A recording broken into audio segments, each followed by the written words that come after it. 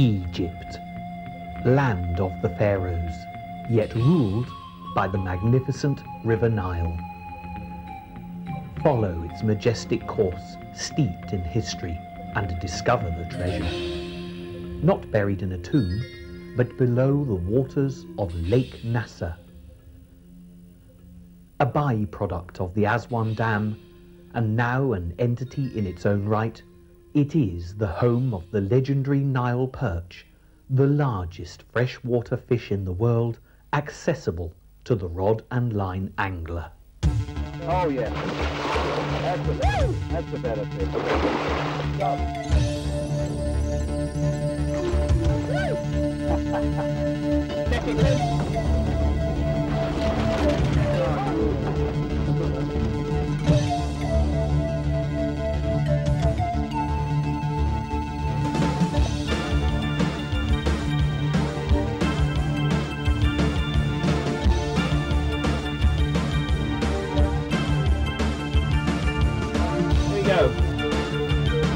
Just as beautiful the condition these fish. One day this fish, allowed to survive in this sort of conservation atmosphere, will grow to 300 pounds, 300. Maybe more. Brilliant, and the little ones are as good.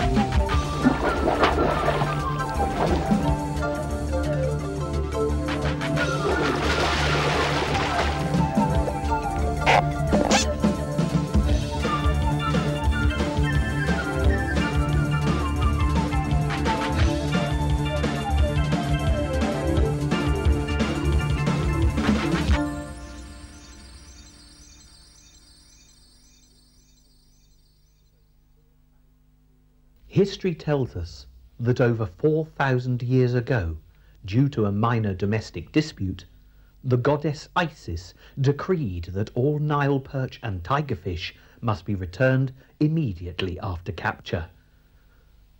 Why this action should help her find the missing piece of her husband's anatomy, I do not know, but it led to the world's first fish conservation scheme. Today, our motives may be somewhat different, but the desire to protect and preserve our fish is stronger than ever. And what an opportunity we have here in Egypt, working with people dedicated to pioneering a fantastically exciting sport, while constantly working to conserve these magnificent creatures. We are indeed privileged to give you a glimpse of a fishing adventure as it unfolds before us.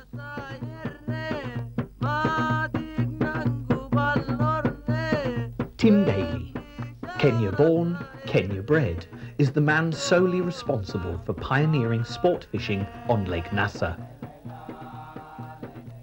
He has been involved in safari and expedition for his entire life and has no plans to change his unique and personally gratifying lifestyle. Dr. Mike Ladle is one of the UK's most successful lure fishermen. A doctor of marine zoology, he mixes his academic understanding with a lifelong obsession for angling. His job is his hobby. His hobby, his job. Steve Pitts is an all-round angler with a specific interest in lure and plug fishing in both salt and fresh water. He would like to grovellingly thank his wife for letting him come next time. Dave Watson has been an angler for 40 years. He is a director of a private carp water in the south of France, but spends much of his time seeking more of the exotic angling opportunities available in countries that give the chance to rediscover the idealism of our earlier years. Bob Kimber is now a veteran of Nasser angling safaris, with top perch weights of 57 pounds from the boat and 52 pounds from the shore. He also has several 40s to his credit. He has fought fish all over the world, from marcia in the Ganges to bonefish in the Bahamas. A confirmed Nasser Nile perch addict. And finally, there's me, Liam Dale. I have been lucky enough to experience fish ranging from blue shark and conger off the British coast to large beluga in Kazakhstan. Once again, I've drawn the short straw and am therefore forced to accept responsibility as your guide through this hot and terribly exotic adventure.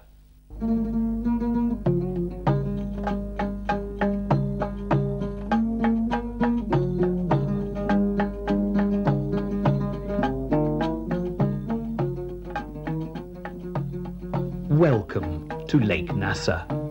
You find our party camped securely in a secluded bay, about halfway between Aswan and the temples of Abu Simbel. No sign at all of mankind's usual debris. The only sounds, the call of bullfrogs and the wail of jackals ghosting over the sun-stormed, almost lunar landscape. In a world shrunk by the rapid development of communication and a greater ease of travel, the adventure starts just 24 hours earlier at Gatwick Airport, rendezvous point for the party and a warm welcome from Golden Joy, the package tour holiday company to Egypt responsible on this occasion for the booking of our flight tickets. Also on hand to ease the obvious difficulties of transporting 200 kilograms of film equipment by aeroplane was Buck Hunt of Hunt Travel, a specialist in angling holidays and an extremely well-organised key figure in the planning of such an operation. So you might be trying to pinch him every day for the film crew, but if you get the chance to fish on... Gatwick departure staff handled with ease the variety of containers from Daiwa tackle boxes that protect the film equipment, KIS rod boxes that are without doubt the best way to transport rods, and the bags for our private belongings. Because of the facilities available in the camp and the virtual guarantee of exceptional weather by British standards, personal baggage was light and limited. Excalibur Airlines helped this project by agreeing to carry the film equipment at no charge, thus meriting some praise for their contribution. This notwithstanding, I have flown a variety of airlines to various destinations, ranging from British Airways to Aeroflot. With total sincerity, I can report that they are the best airline I have ever flown with. The condition of the plane was superb, the 5.5-hour flight extremely comfortable. The captain and first lieutenant catered for all the requests of a pushy director, and I watched the cabin crew work non-stop, offering superb facilities for all the passengers. On their feet for at least 6 hours, and the smiles never waned. Well done, Excalibur. We flew a route that took us straight to Turin, and then along the west coast of Italy, past Grecian coastline and the island of Crete. After 4 hours at 33,000 feet, we got our first sight of the African coastline and descended to follow the course of the Nile to Luxor Airport, access point to Thebes, Valley of the Kings, Tomb of Tutankhamun, and most important of all, Nasser Nile perch. The wonderfully warm but not over-hot Egyptian sun hits you as you leave the aeroplane. It takes but a short time to get your visas and change currency. Eastern countries tend to get buried in bureaucracy, and Egypt is no exception. Accessing film equipment is difficult, tiring, and boring. However, in Egypt, the process is not corrupt. Groups of anglers and tourists can rest easy, though. The welcome is enthusiastic and hassle-free. We were eventually on our way south, comfortable in the air-conditioned Toyota, following the course of the Nile on the road to Aswan. Through small townships, past busy markets, amazed by the sights and astonished by the driving.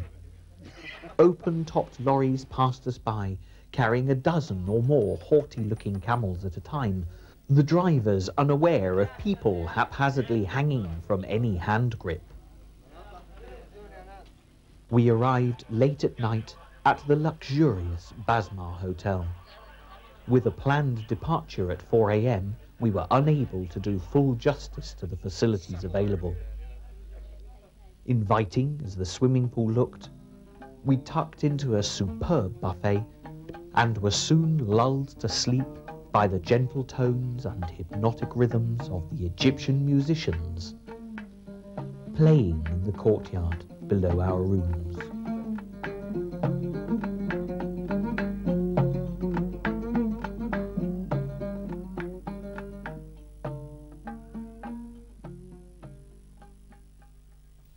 a.m.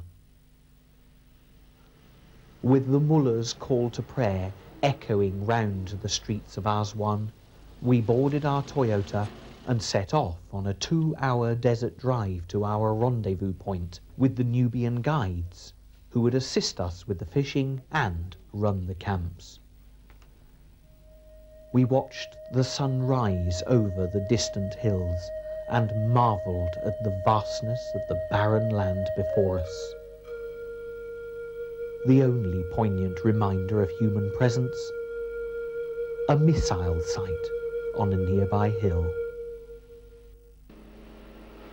A further half-hour past the lakeside palace of President Sadat, assassinated before the completion of his last residence. It now stands abandoned and a little forlorn. An immediate reminder that the lake is not open to all and sundry. It is perhaps a sad thought that this rich asset must be protected by missiles, as the lake supplies hydroelectric power and water for most of Egypt, and the high dam at Aswan is a vulnerable target. Pushing all thoughts of human volatility from our minds, we turned our backs on this last bastion and set out in the boats onto the vastness of Lake Nasser, the heart of Nile perch country.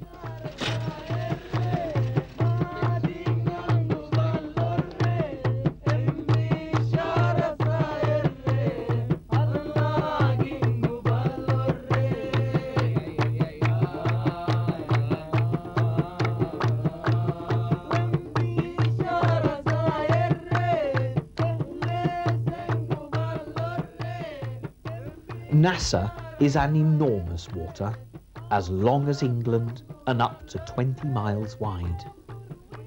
It was formed in the 60s under the guidance of Gamal Abdel Nasser, and at the time was the largest man-made lake in the world. 2,400 square miles, that's over 1 million acres.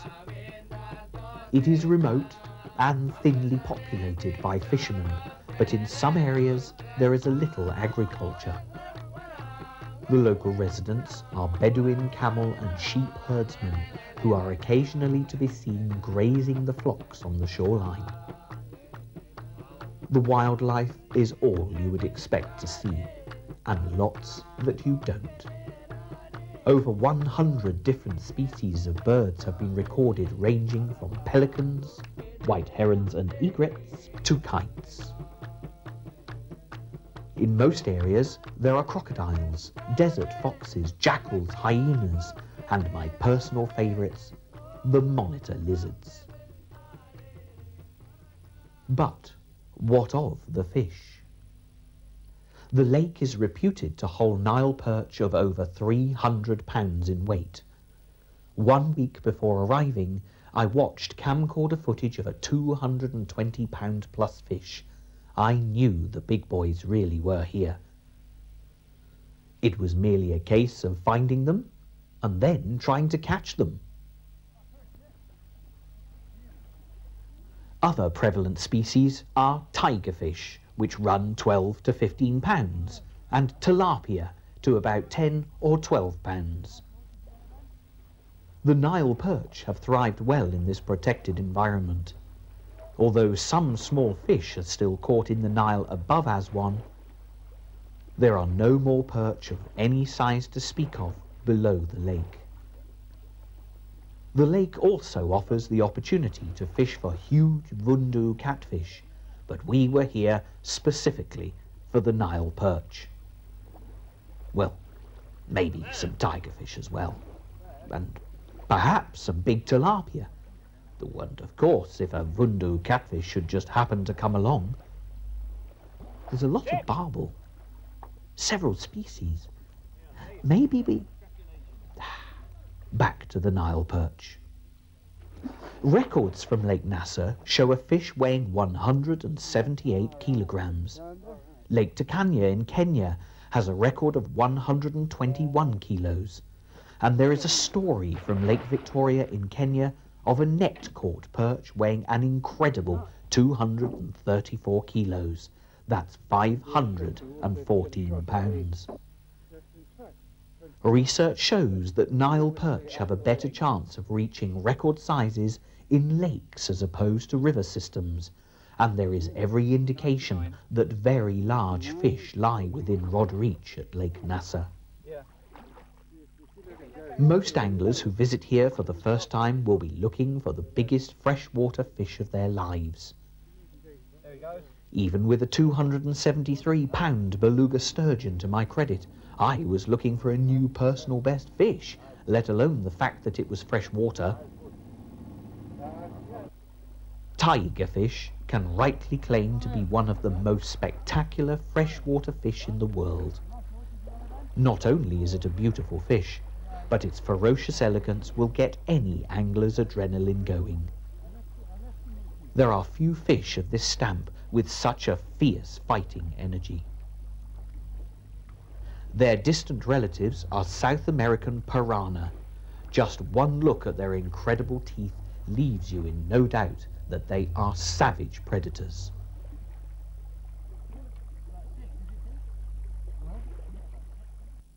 Within 10 minutes of being on the water, we were fishing. Lures lashed on with any old knots. Multipliers, fixed spools, Dave's 40-year-old Tatler, wrestling with Glenn the cameraman to get my rod out of his hand, carp rods, sea rods uptied as tackle scattered to all corners of the boats as we eagerly crashed rapalas out in every direction. The Nubian guide smiled knowingly as a variety of fresh and saltwater techniques were tried. We trolled for 2 hours, and despite our lack of local experience, we were all into fish of 20 and 30 pound class on our first session. Without doubt, this was down to the growing list of hotspots being recorded by Tim. The boats divided the party by mutual unspoken agreement. Mike and Steve, who were keen to work their shore skills, were joined by Bob, while Dave, Tim and I decided to get stuck into the trolling. We all caught fish. We 3 all lost big fish. Dave and I uprated our main lines to reduce the risk of big fish losses and settled down into one of the most pleasurable sessions of angling we have ever experienced, as Ali, our driver, coaxed the 30-foot steel dory close to the hazardous rocky shoreline. From gentle sloping beaches, past towering cliffs and overhanging outcrops, we were like 2 children out to play, as heavyweight fighting fish up to 34 pounds constantly crashed out of the water, shaking their massive heads in order to lose the lures. During that session, we learned to appreciate the weight of the fish we were hunting and also to respect them. As the sun settled over the distant ranges, we trolled without a word being spoken. There was no need. Each of us to his own thoughts, analysing our errors, determined to do better the next day, overawed by the lake and the sheer joy of just being there.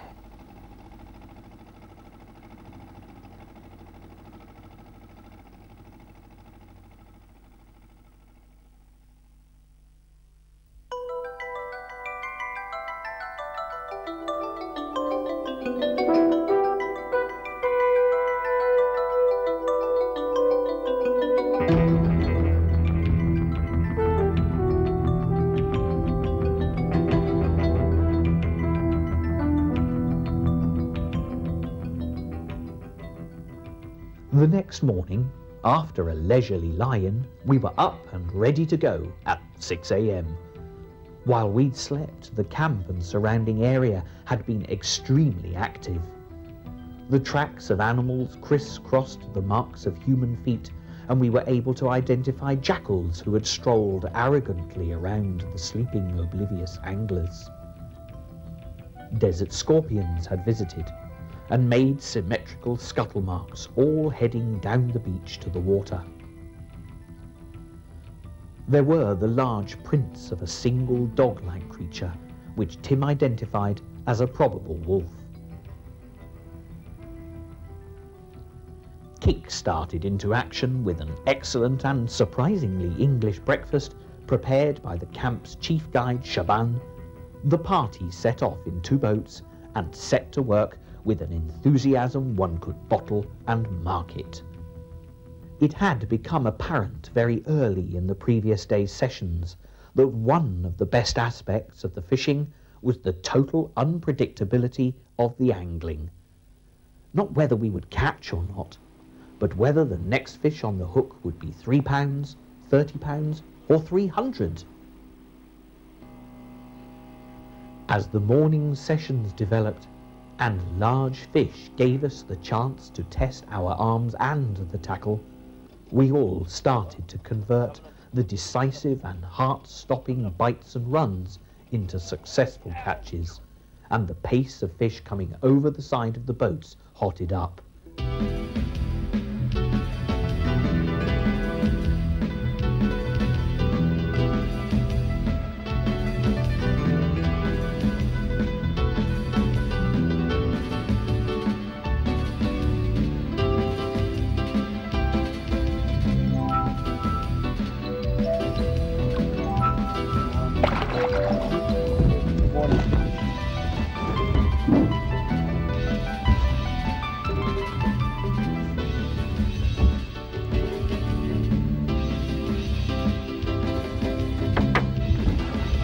Yes, and in.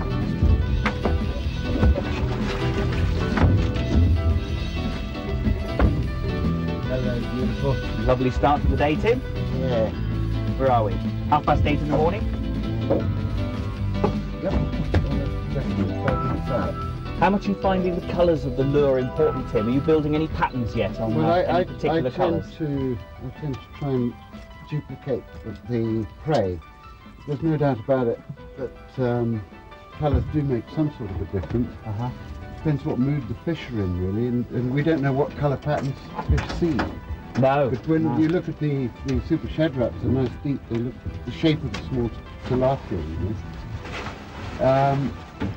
It's a big question, that, you know. Yeah. I mean, yeah. I think it's something that one could even almost write a chapter in a book about. Yeah. You cleared 38, Dave. Yes. New PB Nile perch, 38, allowing for the sack. Excellent. Good start today, Ramadan. Ah. All right. Yeah. Best freshwater fish too. Nice one. What did we say the girth was?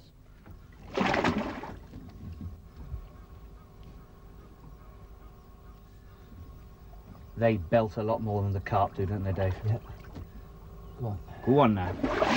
Go on now. See you later. Both Mike and Steve's extensive experience with lures paid off, with new personal bests at freshwater. Yeah. Heart stopper, yeah? Well, we got this one out with a mirror. I'll tell you what, yeah, a mirror. We've got around about half a dozen drops.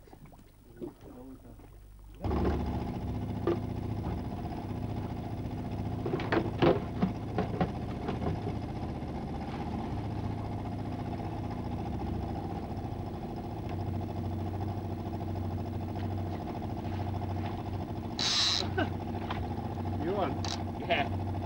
I got a hit. I'm off again.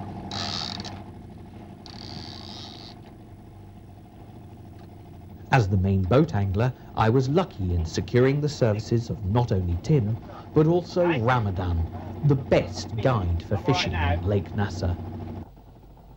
His control over the boat made it possible for Dave, Tim and I to troll our Rapala shadraps and magnums within feet of the large, dark layers so evident in the clear water as we passed by.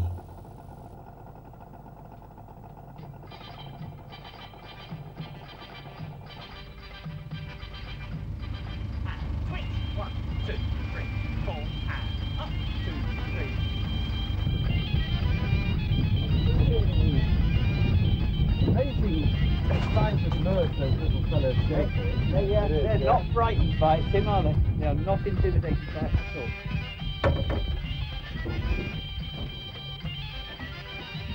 It's tough in the scissors, Tim, isn't it? It is. It's one of the most practice tickets. You don't get that hook damage. Now it's Here we go. Yeah. Right. Away. There we go. And just as beautiful. Look at the condition of these fish. Stunning. One day, this fish, allowed to survive in this sort of conservation atmosphere, will grow to 300 pounds. 300 pounds. There you go. Brilliant. And the little ones are as good. Bye bye. Whoosh, straight down, no messing.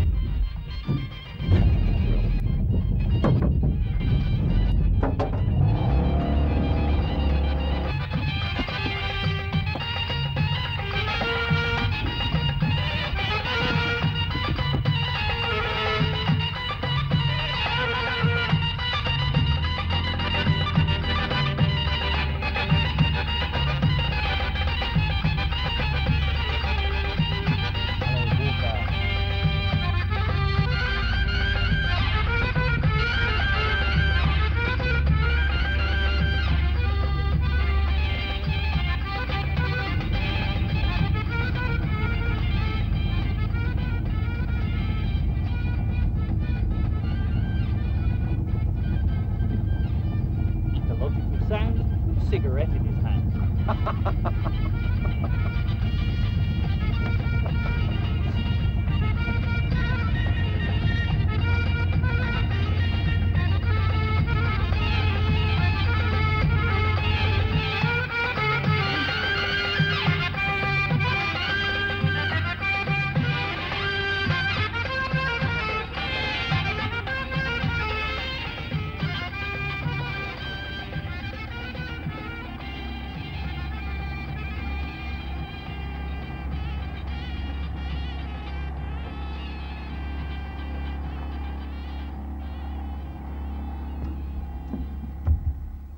Head well down. Do you want to come round the boat? Not a lot of argument on this one. There we go.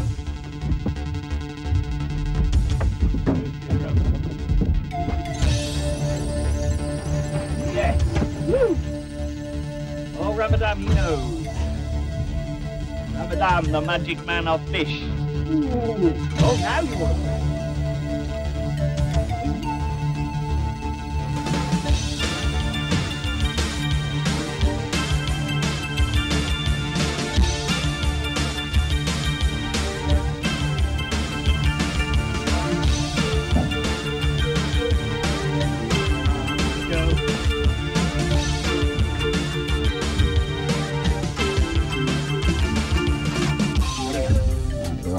You're on your leader now. Yeah. Not coming up. James is mine.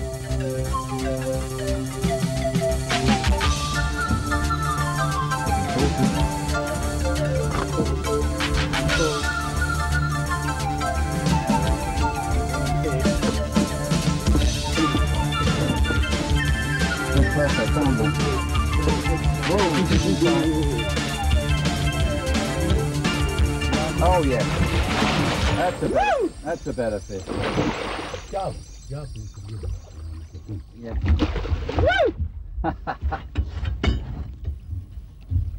Come and meet me. Come and meet me. Ramadan, don't tickle me.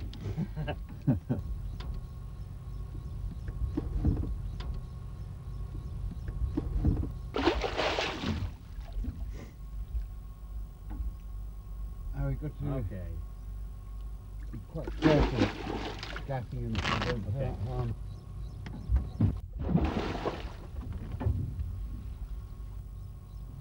Here we go. I'm going to try. You want to go under the chin? If I can, not pierce him. Okay. You've got £100 mono on, haven't you? There's £100 mono for the trace. Do you want a glove, Tim? Are you all right?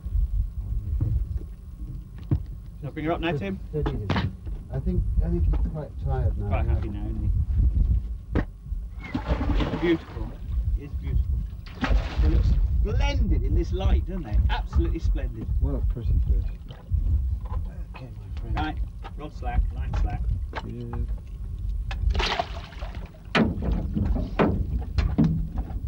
Towards me, Tim. Tell you what, we've got to be without gapping properly. Lovely. Absolutely splendid. Hello, baby. All right, Dave. Nice one. Tires?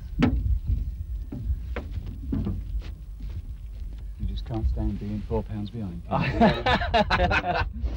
No, not that we're ever competitive. Not at all, no. Not even for 5 minutes. No.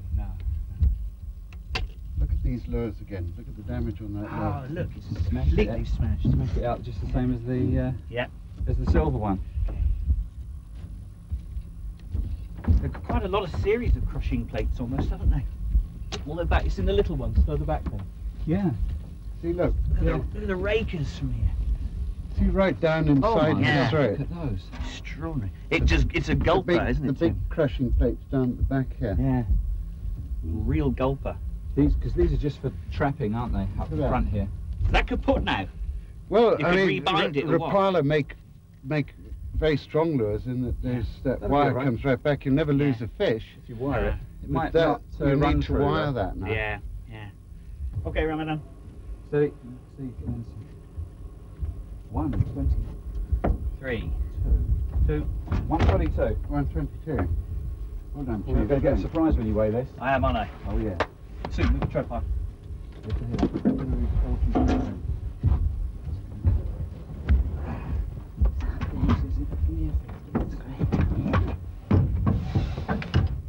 That's not bad. That's not a bad weight. In you go. Whack me in the face. I was trying to give you the head, not What's the that tail. old saying about a slap across the face of the wet fish? Yes. I don't know quite what it means. Something. I have no objection when a fish offends me of that size, though. Fish this side is actually better than getting your what's the name in a blender. Yeah. Oh yes, this Here we go. This is 50, I reckon. Watch it down, Dave. Yes! No, it's not. No, it's not. It isn't. It's 62. 62. Yes. Really? 62 pounds. Yes. Slime. Slimy. 62 pounds. Thank you, Tim. Thank you, Ramadan. Okay. Ready, Dave? No, just lift it straight up now and then put your hand around the body.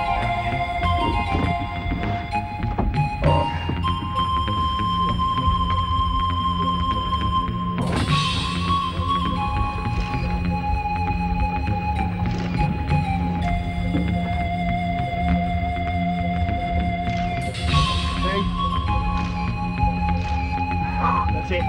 Fish going back. It is.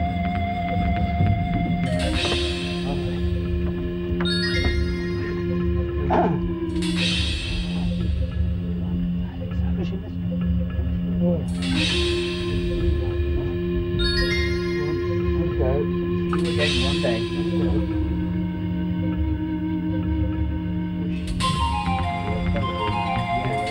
I've got to get the air out of it. Rebalance.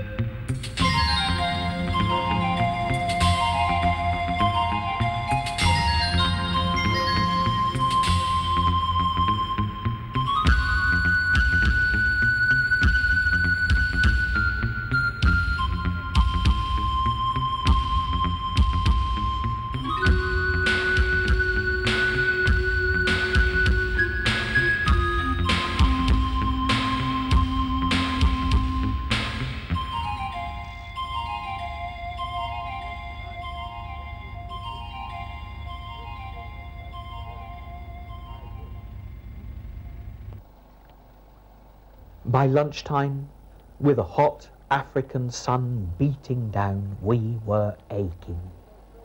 Not in the arms, but in the face, from grinning so much at each other.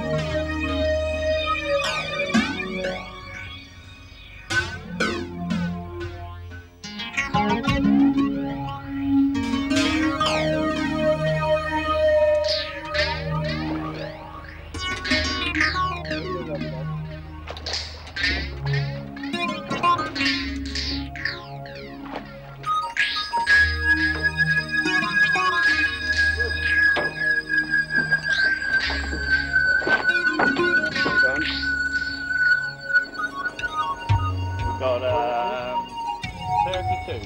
32. Yep, 32. Okay. Good.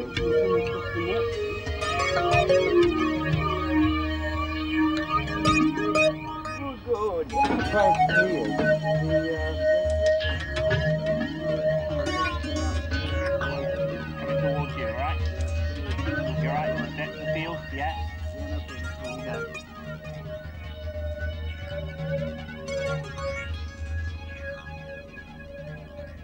Now this is knife from England with sharpener.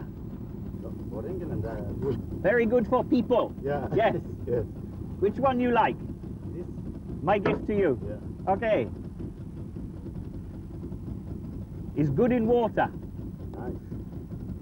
Nice knife. Good. Thank you for big fish.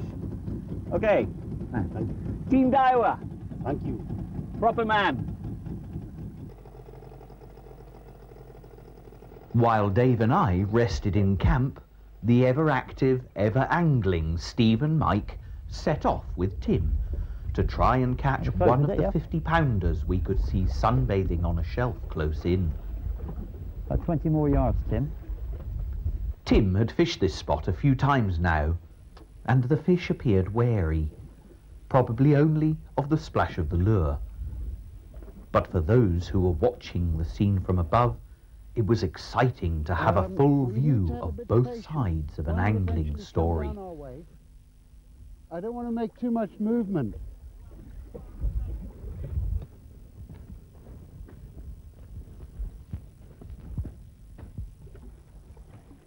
Let's try that minnow then, Tim. Tim and Steve cast closer and closer to the bathing leviathans. Sometimes they followed, sometimes they flinched. Most of the time, they took no notice. So the anglers stalked closer.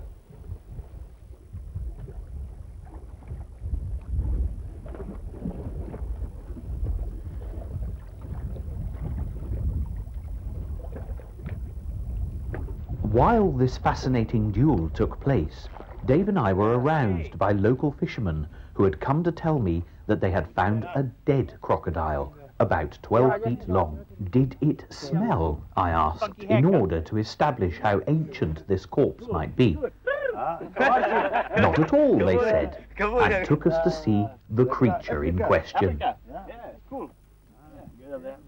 It did smell. It had died from natural causes and was upside down in the water. Despite these factors, nothing detracted from the majesty of this shy and elusive creature. They slip quietly away in the presence of humans. I really wanted to see one live, the closest I've got. But even seeing a dead one makes me realise what an awesome creature it would be to come across.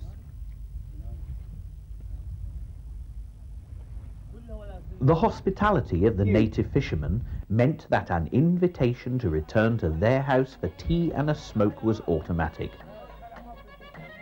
We accepted with delight and sought refuge from the sun and the aromatic legacy of the crocodile.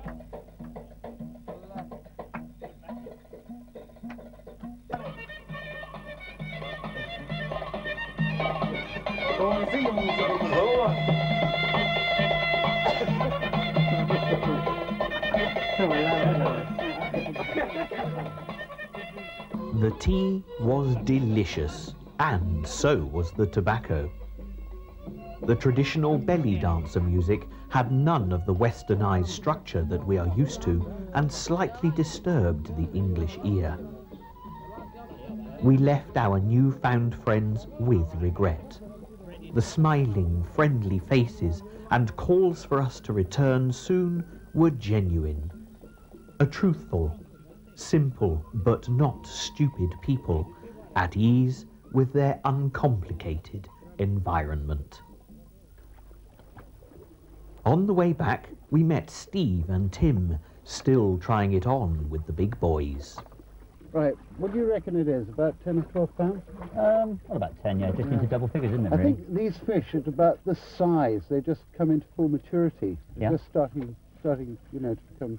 They're rather like a little teenager at the moment, 12, 14. Puberty then, yeah? Well, not as big as Steve had hoped for, but the session proved that fish to 100 pounds do lie within lure casting reach of the shore. And why achieve absolutely every dream on just one trip? Steve will be back.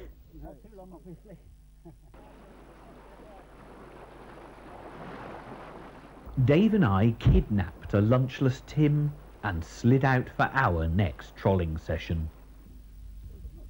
Being a conscientious host, he always encouraged us to take the inside lines closest to the rocks, and played the outside rod in deeper water himself, with great effect. Okay, hand her in, Tim, yeah? Don't need a gaff, do we? You've got hooks all over it. Okay, I'll watch it. You ready to come and see us? 3.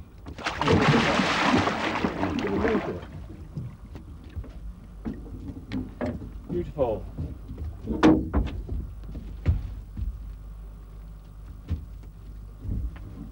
Excellent.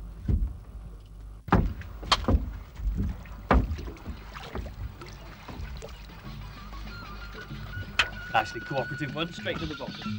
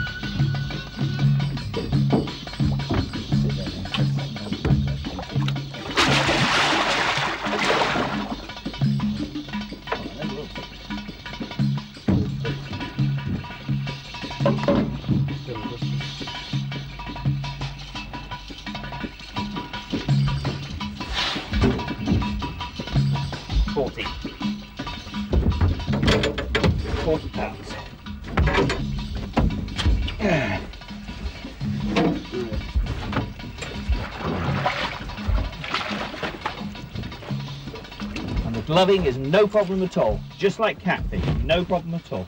The only reason I'm wearing a glove is to give me some protection from the lures, because there's a lot of hooks flying around there. Yes! That's the way to get back. All right, nice one.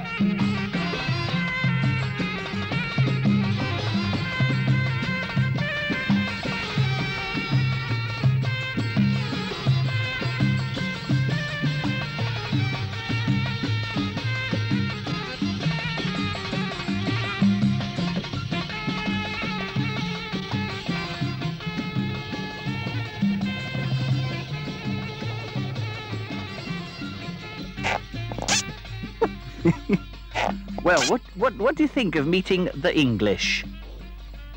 Is it good? Okay. Yeah, fine. Do you like being caught?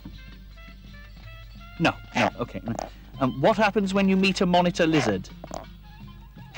I see. Oh, exactly. Right, okay. Down a fraction. That's very good. Stay there.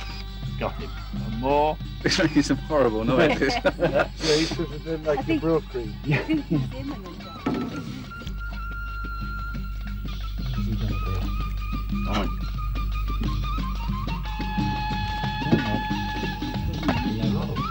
Yeah. Does he swim around full of water, or is it? I'm not a fish. I've got you through your football.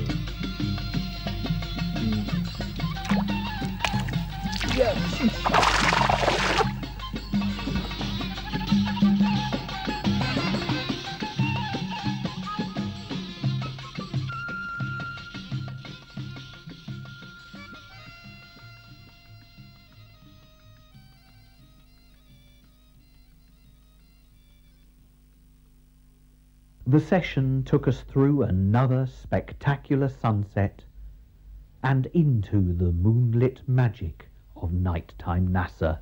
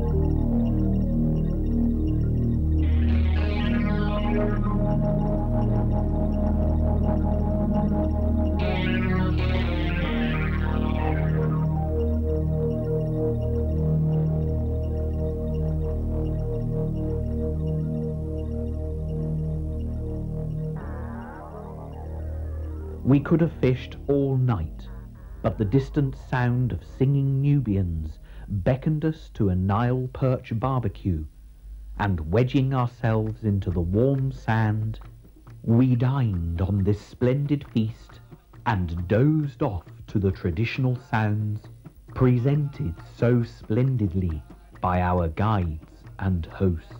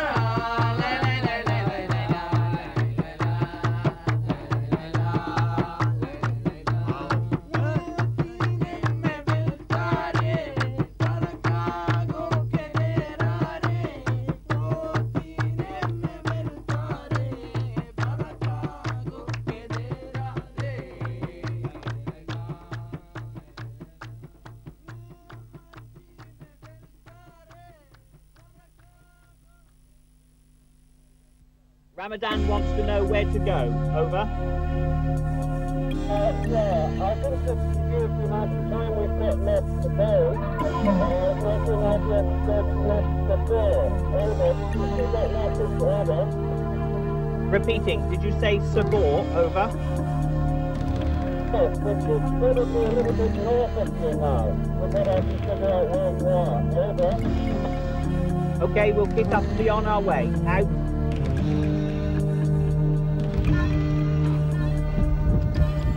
How you doing, Mr. Sunburn?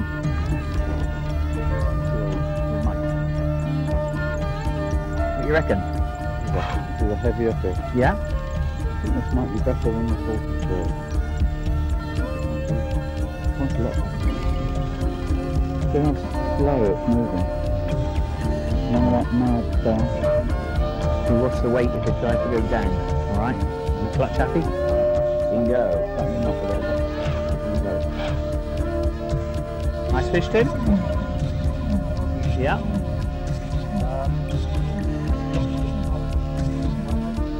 Yes. Yeah. Yeah. It's a clean hit. Hopefully he's done well. It's clean. Very pretty. Very pretty. Let's wait. I can glove that, Tim. How do we do? Yes! All right. Nice one, Dave. 26. No, sorry. 23 and a half. Yeah. 23 and a half kilo. It's good. 50-pound fish. Yes, yes. That'll do. Thanks, Tim. Stringing's a good system for recovery, isn't it? I was delighted that my angling partner also broke the magic 50-pound barrier. What a team! A last-minute production thought had meant the booking of some ICOM VHF radios in order for us to keep contact between the boats. NASA is so huge, and with only a week to play, I am in favour of all fish-finding support and communications. So placid are the fish after capture that Dave strolled up and down the margins with his biggie until it was fully recovered. A unique moment in his 40-year passion for angling. Stringing the fish enabled them to recover totally before being launched back into the depths, and was an ideal time for anglers to record the moment of their successful capture. Time ticks by at an extraordinary rate at NASA, and yet the lake is a frozen chronological capsule. It is a freshwater angler's nirvana. If in England, it would be front page of all angling magazines every month, as the catch rate is unique. It rains once every 6 years. A cloudless sunrise heralds the start of each new day, and we found ourselves getting up earlier and earlier to squeeze every drop out of this untampered element. Camps were left as we had found them, just the odd fish carcass waiting for the hunting jackals. We planned, we packed, we came. We saw, we played the game. We caught, we felt the flame. We left the place the same. Expedition Lake Nasser. Pioneered, recorded and filmed. There are now new places to go, but as for Tim Bailey and the legendary Nile perch of Egypt, we will be back.